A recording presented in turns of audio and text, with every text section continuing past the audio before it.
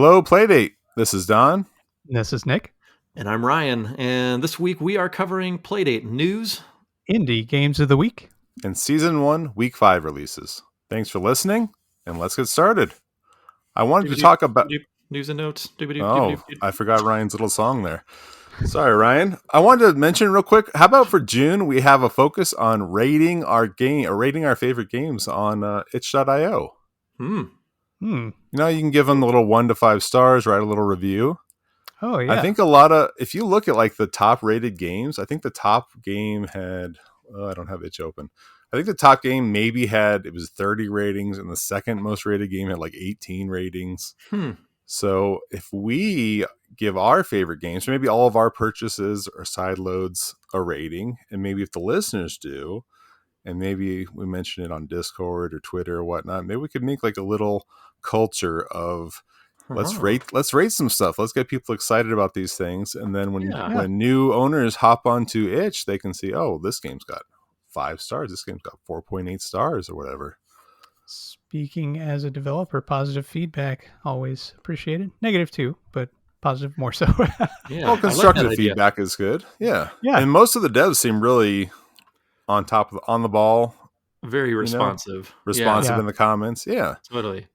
So I thought we'd build a little June culture of giving those ratings. Yeah. Sounds great. I like that idea. Good idea, Don.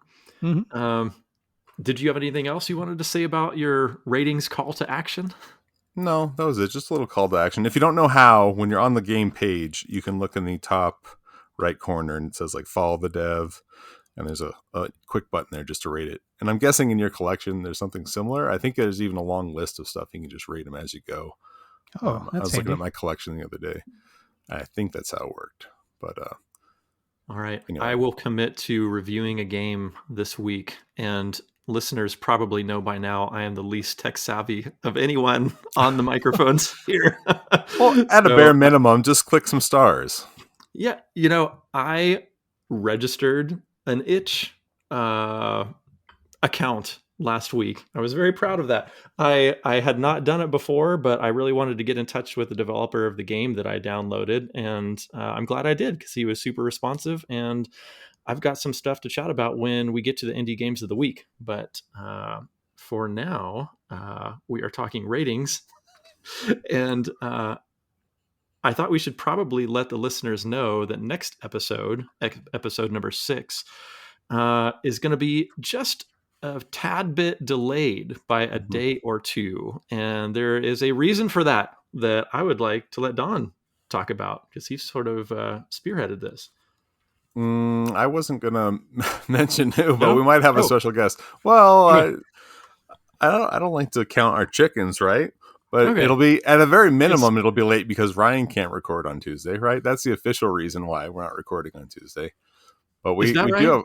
Yeah, you're the one who couldn't make it on Tuesday, Ryan. Oh, whoopsies. But which is fine. That's totally fine. We're pretty laid back here. But to make it up for being a couple days late, we are hoping to have a very special guest, a developer who will be sitting as a fourth chair talking about one of the season or the week 6 games that he's excited about. Fantastic. So, that'll be fun. Yeah, absolutely. Keep an eye on the socials. If he wants to announce who it is, then we'll do that. But hopefully just a chill conversation that we can talk about an exciting game coming next week. Super high pressure, very structured interview, just like Don likes. Oh, just like I like. Love that. Yeah. Speaking of high pressure, Ryan, indeed, tell us about your indie game of the week. Oh man, I love the pressure. Wait, you know what? I forgot to add a news and note to the former section. Here we go. I thought we were chill here. We are. What's up? This week, I dove hard into Pulp and just had such a lovely time arting in Pulp, pushing pixels, making pictures, and like starting to make a game. It's been super fun. And I've just been like, head over heels about it. Like it's what occupies my mind most of my waking hours now. Wow.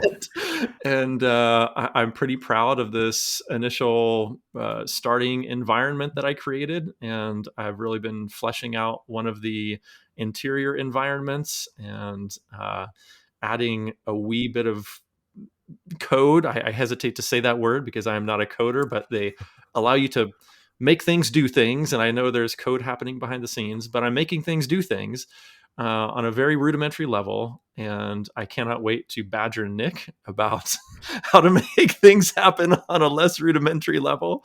And we might get Don involved in this action too. We'll see what happens. It might be a trifecta of the podcast where we all are contributing to the development of this game. But in the meantime, I've been having a lot of fun with Pulp, and I wanted to mention that in the news.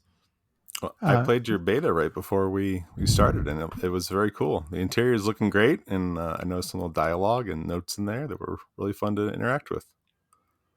Cool, thank you. I appreciate that. I have a lot of questions for you, but I'm going to save them for a later time. So we got to keep this podcast under an hour.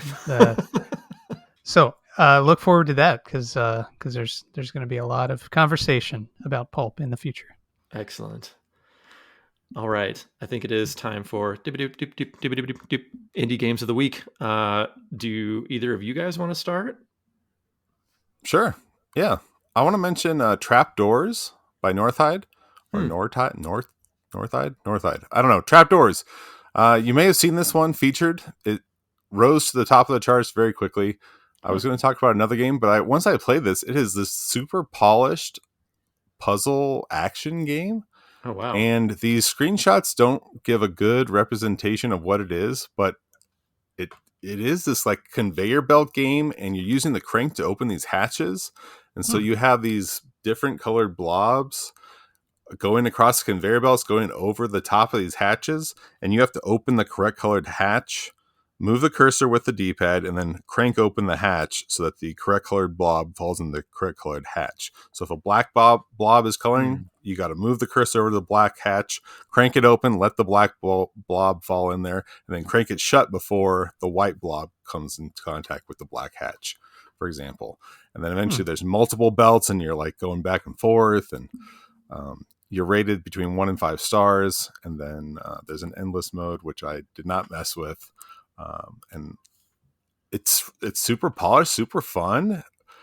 It's frantic. It's really good use of the crank. Like this is another one where this feels like it could easily be a season game. It's just got that really good classic arcade feel, and it feels like something that has to be on the crank. Like it has to be on the Playdate itself. In fact, you cannot play this on the SDK. You have to play it on the device, on the console. Interesting. There's multiple animations to the hatch opening, so it's not just open or close. It's slowly open, slowly closed. So you've piqued my interest, Don. This sounds right up my alley. An action puzzle game. I had no idea this even existed. I don't know when this dropped, or when it started gaining in popularity. But I'm gonna have to go sideload this thing.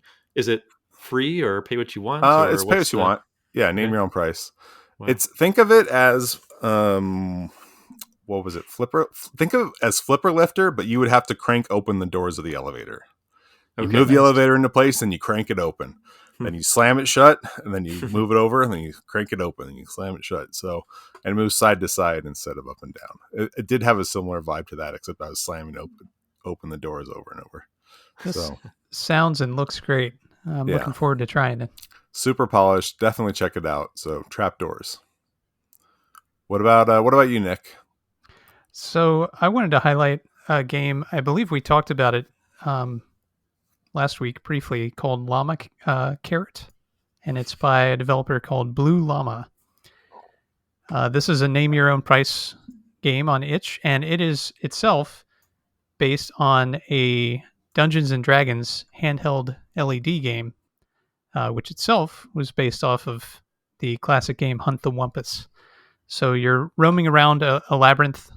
It's about 10 squares, and you have to find the dragon from the Atari 2600 game Adventure and throw a carrot into its mouth before it eats you.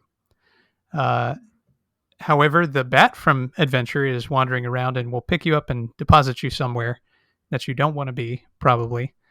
And there are also pits that are randomly placed throughout the environment. There is a grappling hook item that you can pick up or be awarded, and that allows you to climb out of the pits. But once you use that grappling hook, if you fall in a pit again, you die. So there are many, many ways to die. And one of the ways is being eaten by the dragon, which is very unfortunate if you're not quite quick enough on the draw. And so the only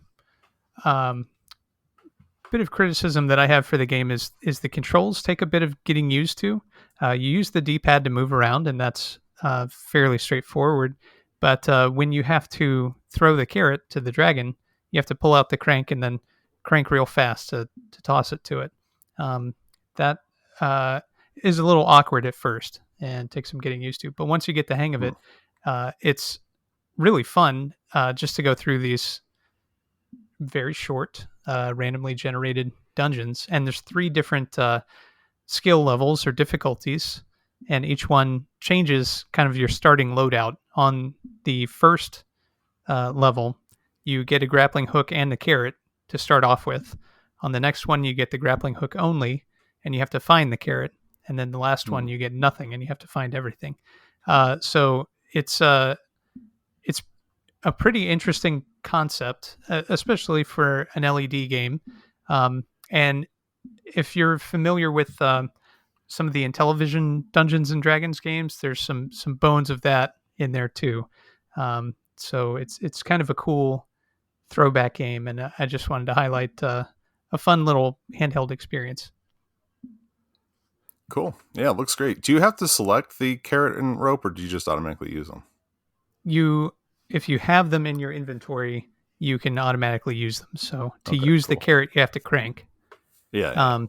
To use the grappling hook, I think you have to press up or you have to crank when you're in a pit, something like that. So yeah, that again is LlamaCarrot by BleuLlama. I remember this LCD game from when I was a kid, and I saw this on the itch store, and I keep meaning to download this, and then I get distracted by something else. But it looks really fun. Sounds like they've made some changes to that original game, but using that concept. Is that right? Yeah. Because the original game, if I recall correctly, it did not have a randomized maze. It was like a very set maze.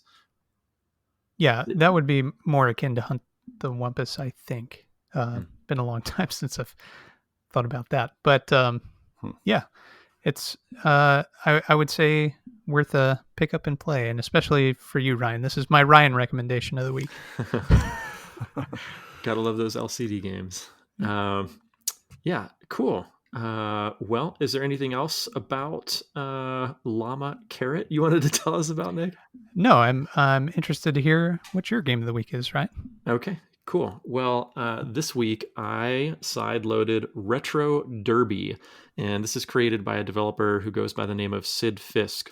And on the page, it says it's his first programming venture in 30 years. And Whoa. I really super love this. It's based on a 1978 Tomy mechanical game called Digital Derby. And I don't know if you remember this thing, but when I was a kid, one of my friends had this, and it's a racing game, and you have a couple of cars that are on a sort of like a clear conveyor belt, and you are steering your car right in front of you, trying to avoid these cars as they come past you at different speeds, and you're trying to get the most number of laps.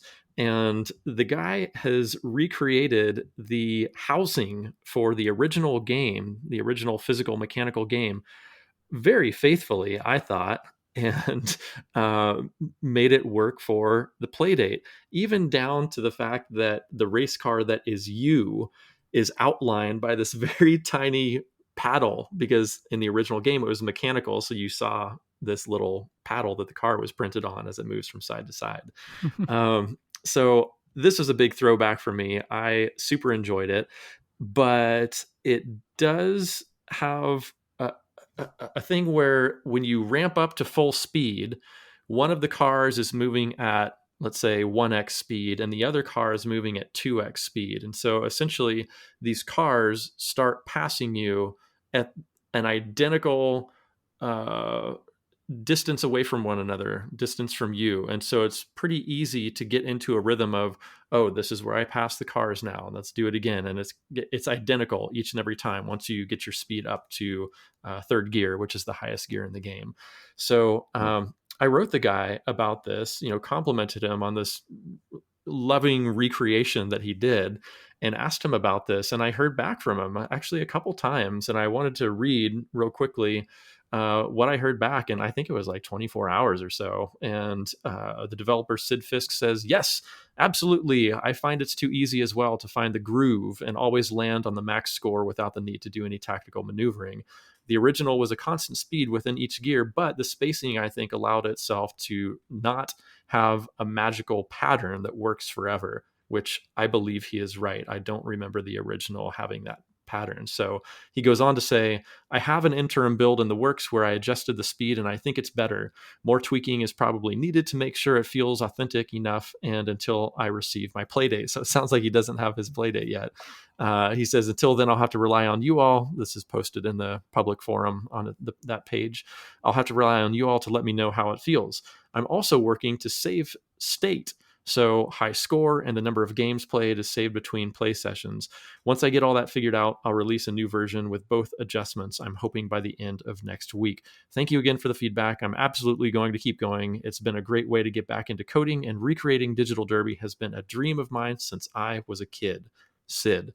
So there's some really quick feedback from a developer who I reached out to publicly, and he was nice enough to respond. And it sounds like he's, really into honing the game that he already put out there. So I thought that was really great.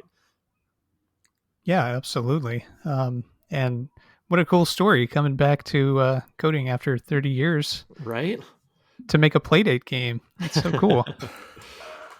I was thinking about that there's no entry fee in a way to make games with the Playdate. You don't have to pay a license to the Apple Store. Maybe on Android you don't have to. I'm not sure how that works with listing games there.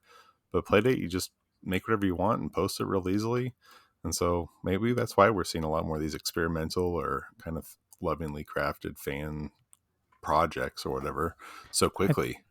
I think the constraints of the system also lend themselves to that kind of creative and quick creative output as well.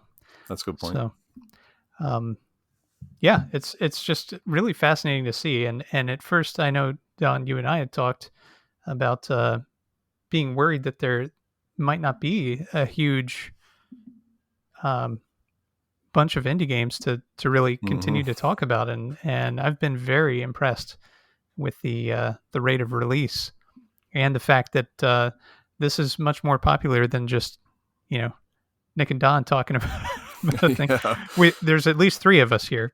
So, but no, there are a ton of people who are interested in developing stuff. And it's just so cool. Yeah. I'm having the opposite problem with the indie games.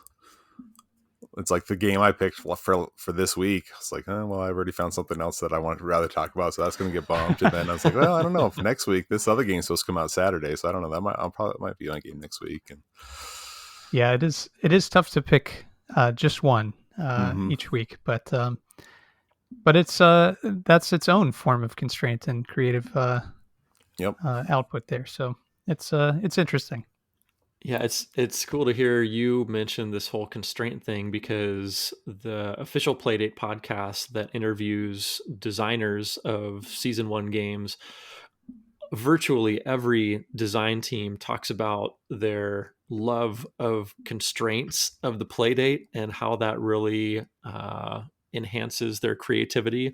And inevitably, they all say they want to keep and continue developing on Playdate exclusively if they could. It seems like it's not a matter of trying to jam Witcher into the Switch, trying to jam something big into something small, but rather just what can we do with this limited thing? Yeah, it's its let own it be its beast. own thing, right? Yeah. And It's really even down cool. to the Pulp development, web development thing, even, technically boneheaded people like me can jump on there and start making a little something. And yeah, the barrier for entry being so low is so neat for this Hmm. little It is. yellow box. And that you can make games even if you're using the official SDK without having a device. Um, Hmm. it's really huge for they call that the democratization of coding, and it's it's neat to see in action.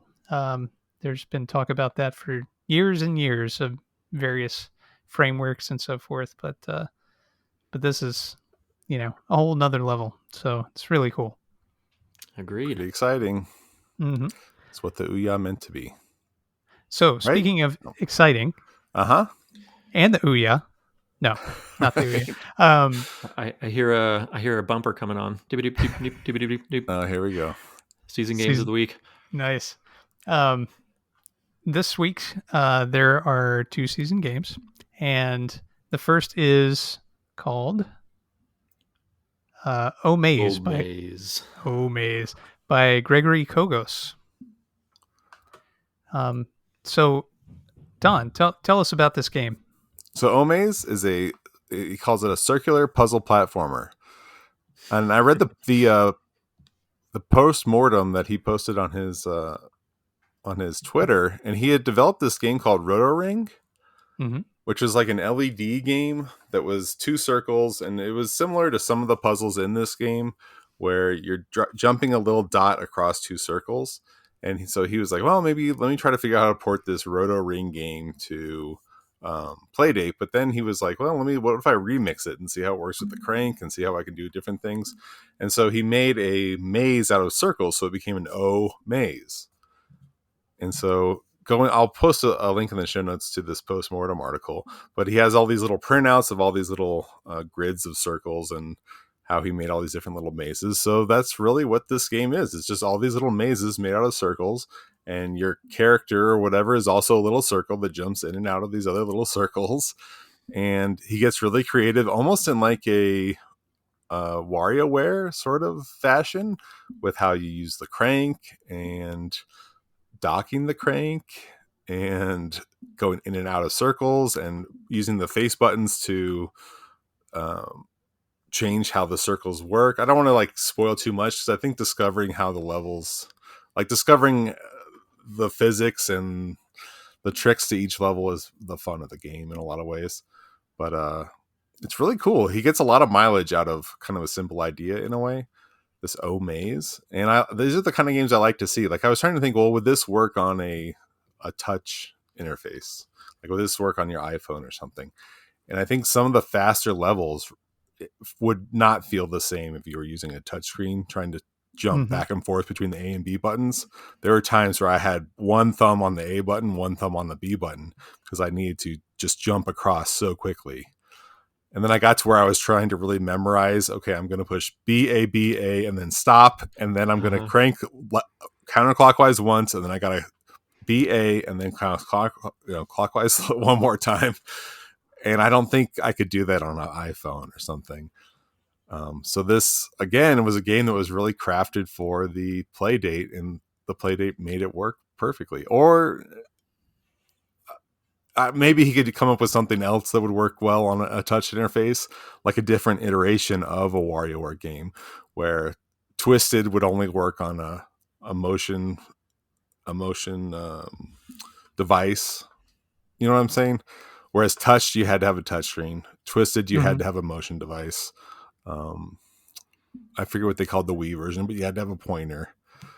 Maybe he could have different iterations of Omaze, but anyway, this one works well on the Playdate. But what do you guys think? I just spent 5 minutes talking. Yeah. Right. Oh man, this one got me really excited. And I agree with Don that it's another really nice example of a platform specific game. I'm trying to think of some touchscreen equivalent like you were talking about, and I can't even imagine having as many digits on the screen as you need on the Playdate for some of those mazes. Some of those mazes, spoiler alert, here comes again. I had to like whip back the crank even when I didn't need to, because I'd run into something and I'd want to slow down the trajectory of where my my cursor, my little circle was being pushed. And so I'd like rewind it so I wouldn't run into something rather than like pressing the A button to change the direction or whatever. Anyway, there was a lot going on in some of those upper mazes and more complicated mazes. But all this to say, I was very impressed with how much variety he was able to squeeze out of a bunch of circle mazes. Like, it was so much fun. And I even started discovering a couple things later on. I don't think this one's going to be a spoiler, but there is an option for progress that I did not see until very late in playing. And it pops up a bunch of very tiny circles and your end goal circle. And I'm like, wait, what in the world are these things? And basically, if it's filled, you've completed it. And if it's hollow, then you haven't completed it, or vice versa. I forget exactly what. But it's telling you how many mazes are in this particular section and how many you have left to complete. So I thought that was nice, because for a little while, I wasn't sure if there were like stopping points or end points, and there ended up being so. But for a few mazes, I was like, man, does this just go on forever ad infinitum? But it doesn't. There's a finite number of mazes. But man, this one got me really excited at the simplicity, the ingenuity, the variety, and fun. Like Don was saying, you got to like really almost memorize some of your moves before you start going, because the action is so quick in some spots. So this really hit me in all the right ways. But what do you think, Nick? I really like this game as well. It's challenging. It can be very challenging if you just have a few minutes to pick up and play, because it takes a little while to get acclimated to whatever extremely high difficulty level you left off on. Mm-hmm. But that said, it's incredibly fun even when it is frustrating, which is a very difficult thing to achieve in a game. There was one stage that I repeated probably 150 times. For some reason, my brain would not turn the crank in a particular way after getting into a very fast moving area, and I just kept wiping out over and over again. But it was always my fault, and I always knew exactly, the fraction of a second difference that I needed in order to make it work. And it's really exceptional. I just want to say that again, that I didn't come away from that experience just feeling so frustrated. I just wanted to keep trying until I got it, and eventually I did get it, everybody. But now I'm stuck on a different stage. So, and the other thing I wanted to highlight was that at the end of each section, there is a completely different style of challenge that occurs, and it is phenomenal. It is so cool. The developer really plays with your expectations as a player in between each maze, and then in these end sections as well.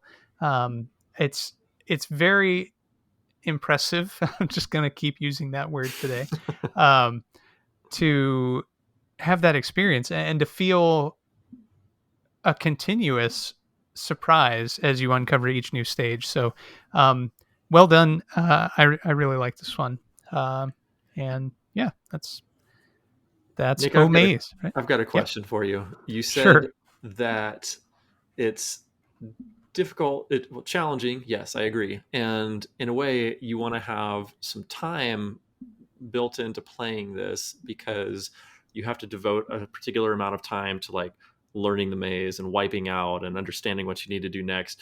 So I'm curious if you felt like Omaze requires more time to understand each level than, let's say, a Cranken's adventure. For me, I felt that way about Cranken. But when I got to Omaze, I felt like, oh, I could pick this up and, devote a couple minutes to a maze if I wanted to and be done with it. Whereas some of these latter stages of Cranken are like, man, I got to sit down for 5, 10, 15, 20, maybe more minutes to get through some of these Cranken stages. What did you Yeah. think?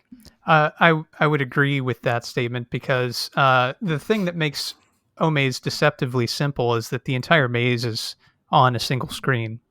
There is no scrolling. There's no element that requires you to reframe your perspective as you're playing. You're always visible at all times in every maze, and it's up to you to not smash into a wall or whatever. Yes, and not only are you visible, but the entire maze is Is completely visible. visible Yeah. on the screen at all times. Yeah, yeah. Maybe So that's what makes it more rewarding that could be. for me. But I think it's a little deceptive in that you see the whole thing, so you assume this is going to be a little bite-sized thing. But then there's so many different mechanics packed into some of the Mhm. later stages, Yes. in particular, that Mhm. you're really like contorting yourself to get through the thing, and by the time you finished, it's been 15, 20 minutes or whatever. So I think it's a wash in the end, as far as perceived challenge to actual challenge. I think perceived challenge on Cranken is higher just because you don't know what the end is. Everything's invisible until you smash into it the 15th time and then start over and realize you need to crank backwards just a hair. But in Omaze, it's really just repetition until you get through it. So It started out as like a chill brain train type game. Like, oh, I could go to bed and like play a couple mazes, and it quickly was like, I cannot play this before bed. Like, I need to be awake, alert, like sitting upright. I need to have my arm free. I cannot be laying on my side or anything.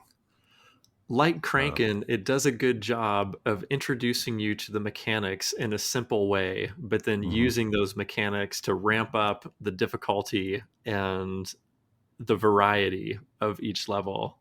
Yeah, just so beautifully and simply done.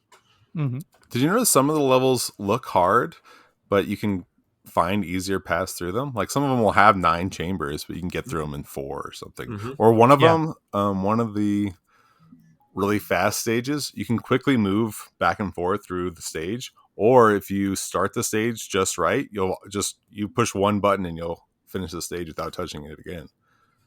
It'll drag you at just the right time, and you'll miss every obstacle and go right to the ending. I thought it was neat. Yeah, Totally. Yeah. I was like making it those- harder for myself.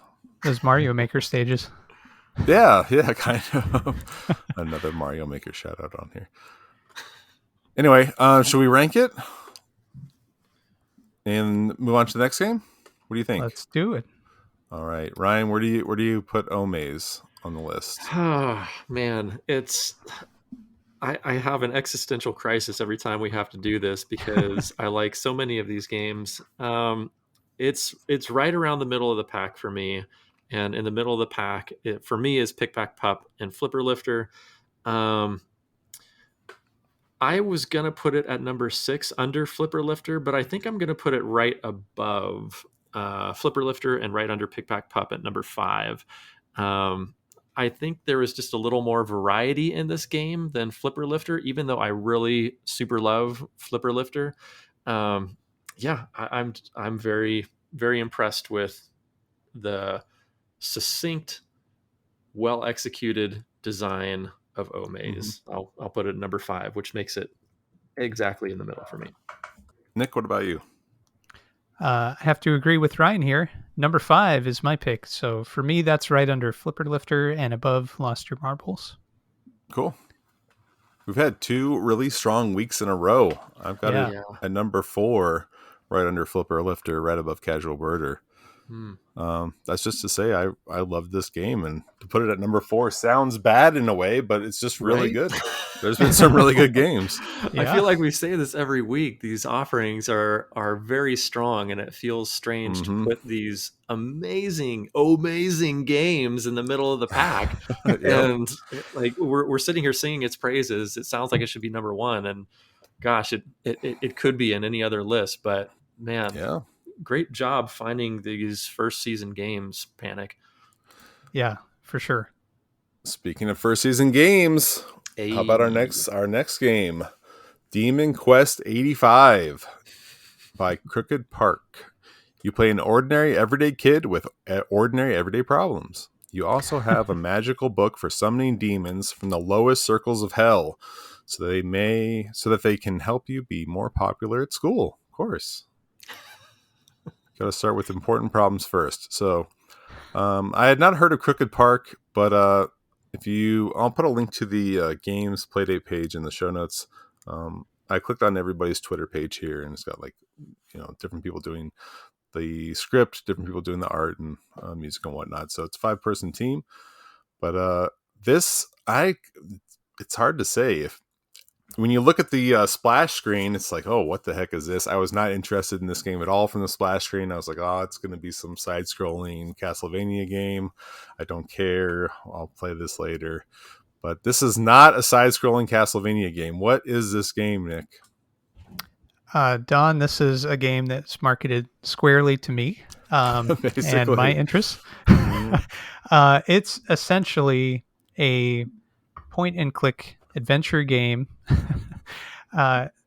and you have to choose a demon that you want to summon, and that requires you to make multiple choices, and that is the meat of the game. So the choices that you make are to have music that fits the demon's interests, present an offering, which could be food or mineral or something else that the demon would prefer, and then to select 3 classmates so that there are 4 of you doing the demon summoning, and then you summon the demon, and the demon will hopefully grant you a boon.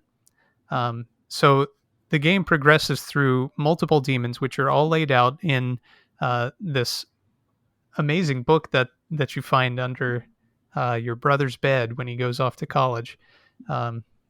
And I'm just curious, Ryan, did you enjoy the demon treaties? Did you play this game, Ryan? Did you play this game? Yeah, that's a good question too. All right, so I fired this game up, and I felt like there was a whole lot of reading to do. I had to read through this book. Ryan is an author, by the way. I had to and I just wasn't in a place to do that much reading, if I'm being honest. And coupled with that, I was so enjoying my week of diving into Pulp that most of my time went there. So I don't have a lot to say about this game. I kind of put it down after I had that initial, I don't know, it was maybe 15, 20 minute play. And I just, said to myself, my joy is coming from Pulp right now, so I'm gonna spend my time there instead of Demon Quest. And but I did want to touch on that title image though, because I feel like this is such an interesting title image that everybody is getting something different out of it.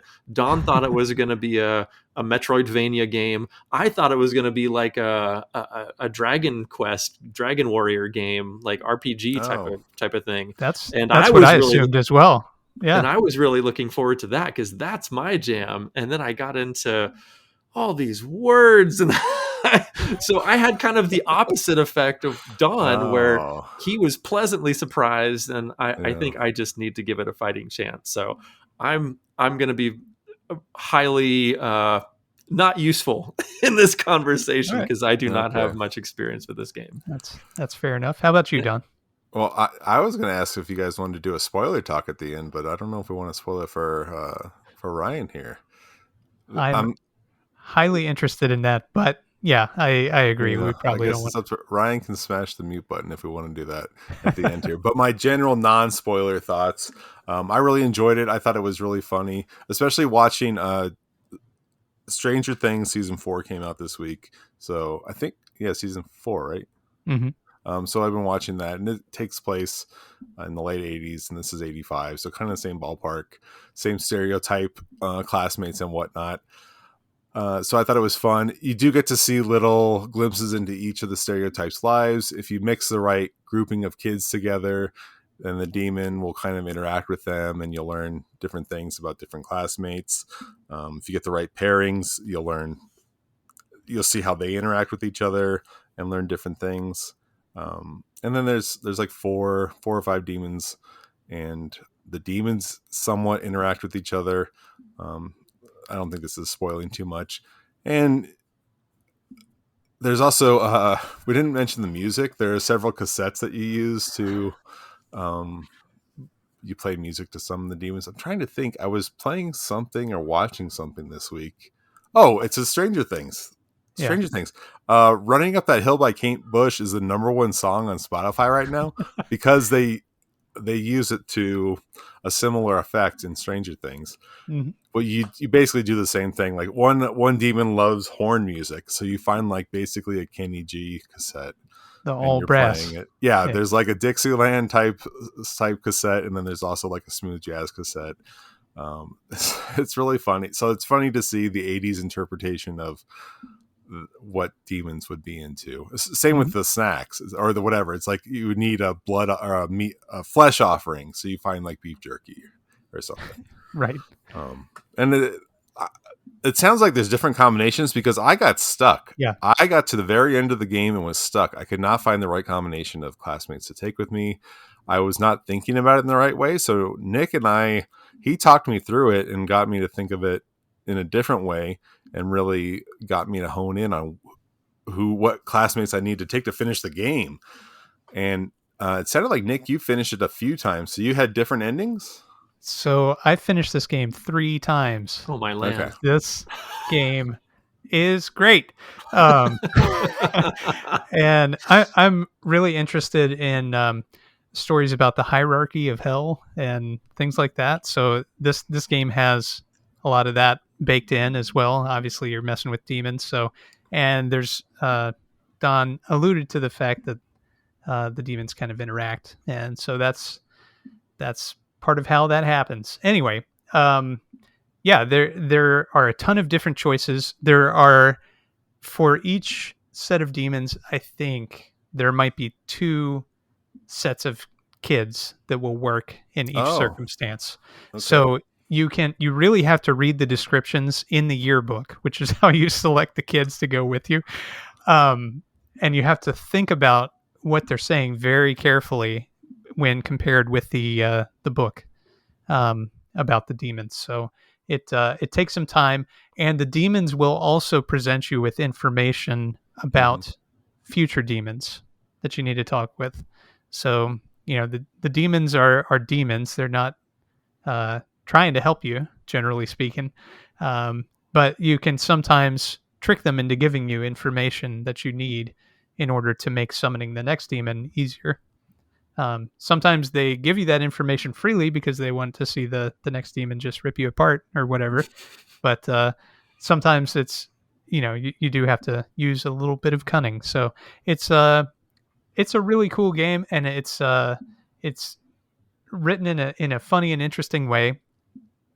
However, there are certain points where the dialogue is kind of locked in, and I do feel that they could have maybe added a few extra pieces of dialogue.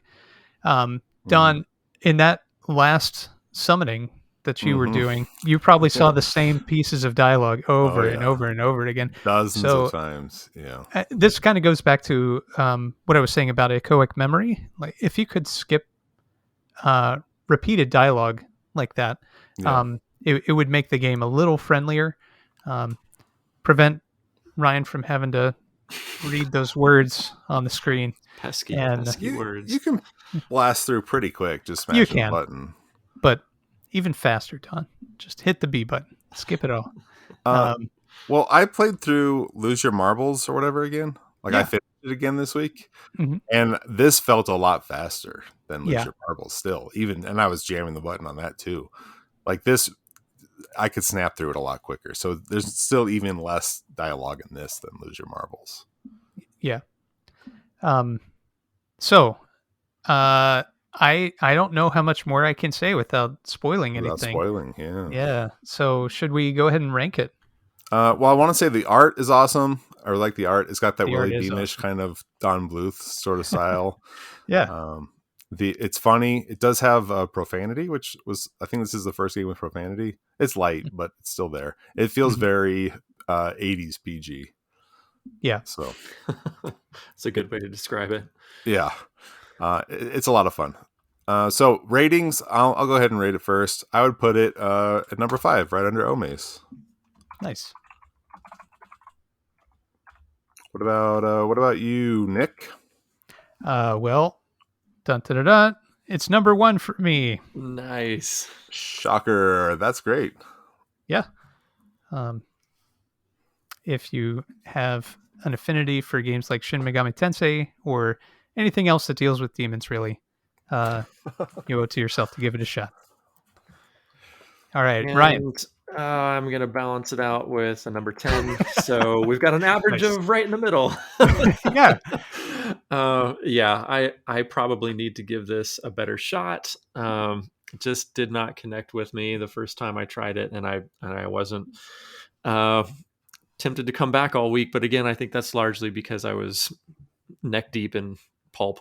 But anyway, maybe I'll use my mulligan on it later. Who knows? We'll see if I come back to that.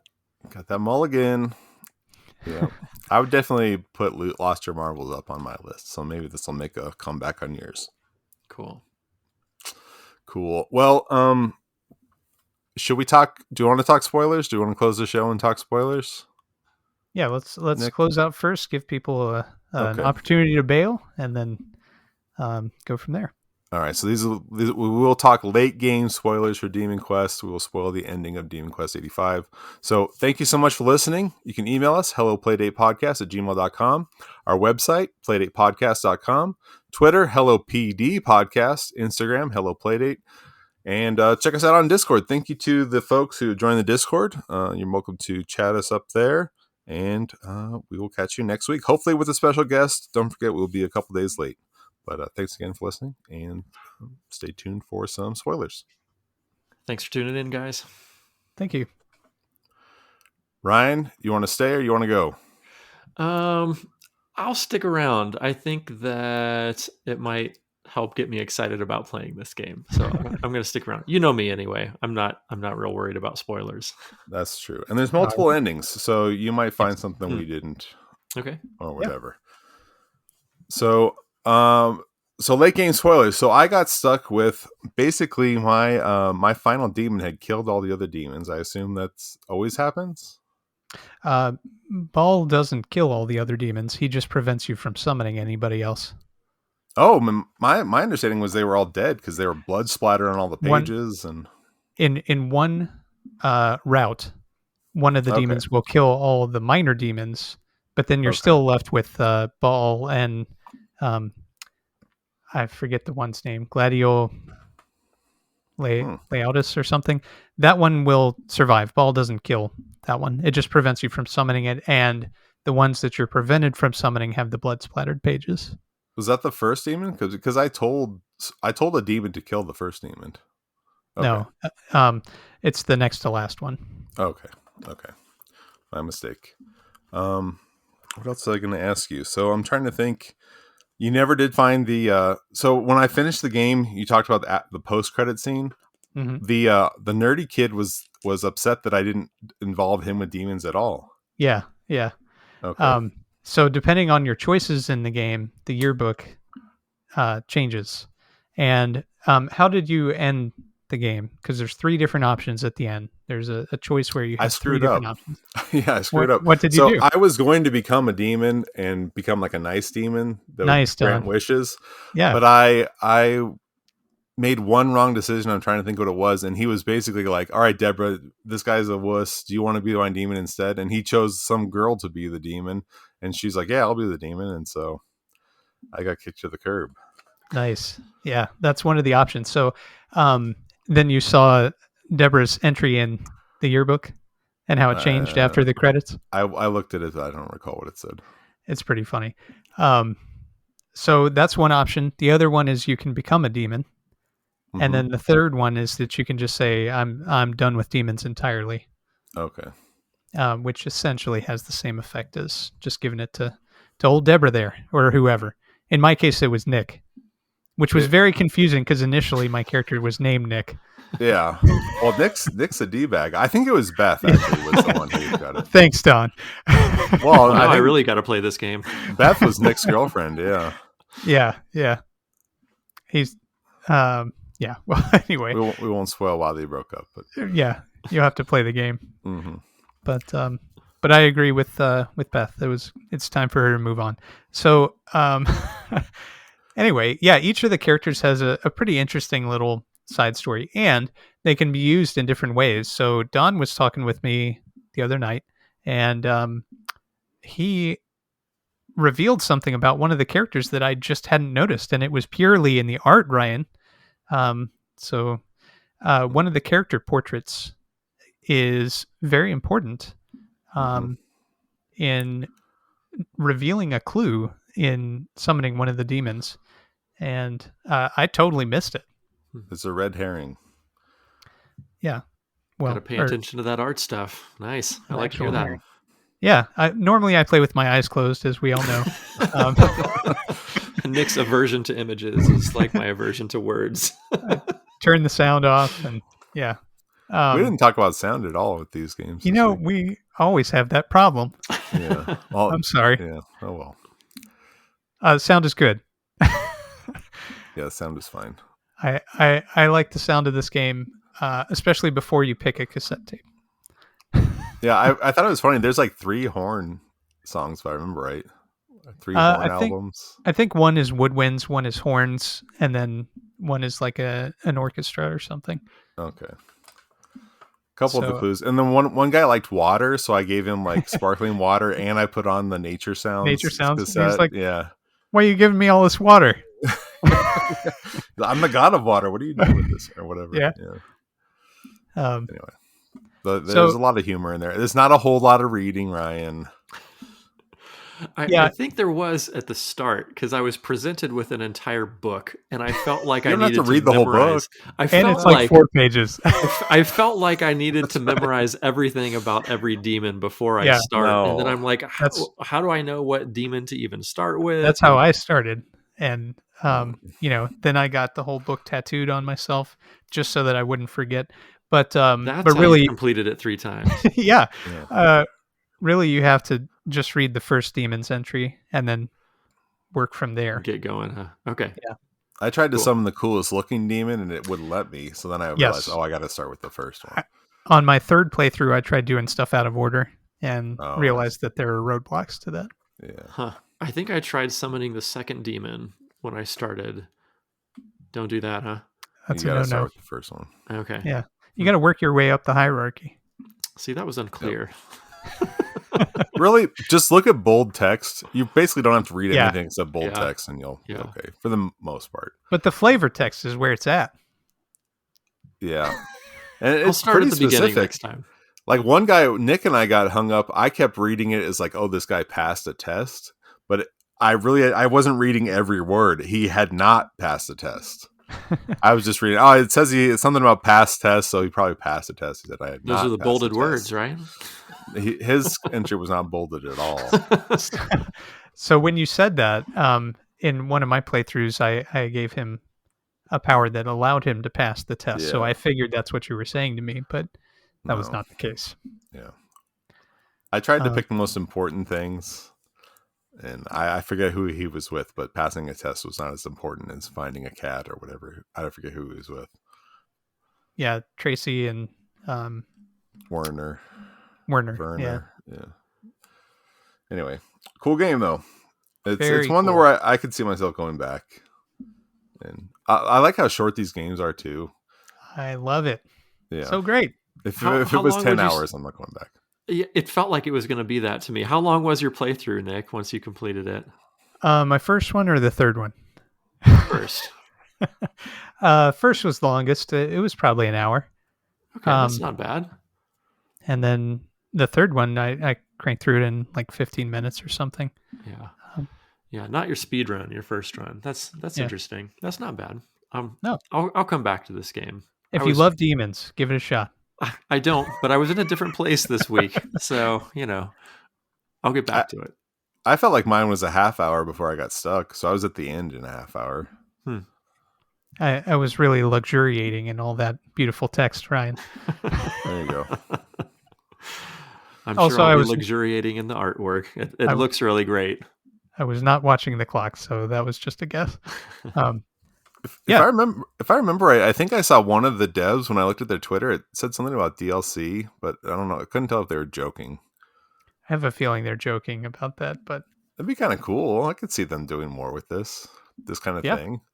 Where they did like a 90s version, or you know what I mean? I would love it. version. Have Grandpa. This was Grandpa's Necronomicon or whatever. Like have him go back. Every other game was Yeah. Demon Quest, whatever year.